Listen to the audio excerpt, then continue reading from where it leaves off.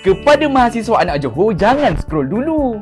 Ada bantuan RM200 one-off yang korang boleh mohon sekarang. Sebanyak RM20 juta diperuntukkan untuk bantuan one-off mahasiswa anak Johor. Ini inisiatif dari Kerajaan Negeri Johor untuk membantu mahasiswa yang berasal dari negeri Johor untuk menampung sebahagian kos pengajian dan perbelanjaan harian.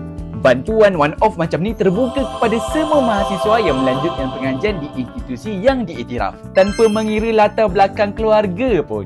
Asalkan alamat dekat IC korang tu alamat kat Johor dan korang layak apply. Korang nak tahu tak macam mana cara nak mohon bantuan ni? Korang buka website Yayasan Pelajaran Johor dan akan keluar poster pasal bantuan ni. Lepas tu, korang scan je QR code yang ada dekat poster tu.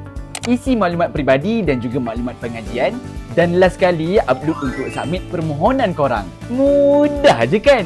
Cepat apply sekarang sebab tarikh permohonan sampai 14 Mac 2026 je tau. Jangan lambat, nanti korang akan terlepas bantuan ni. Share video ni juga, mana tahu ada kawan, sepupu, keluarga korang dekat Johor tengah lalui benda yang sama.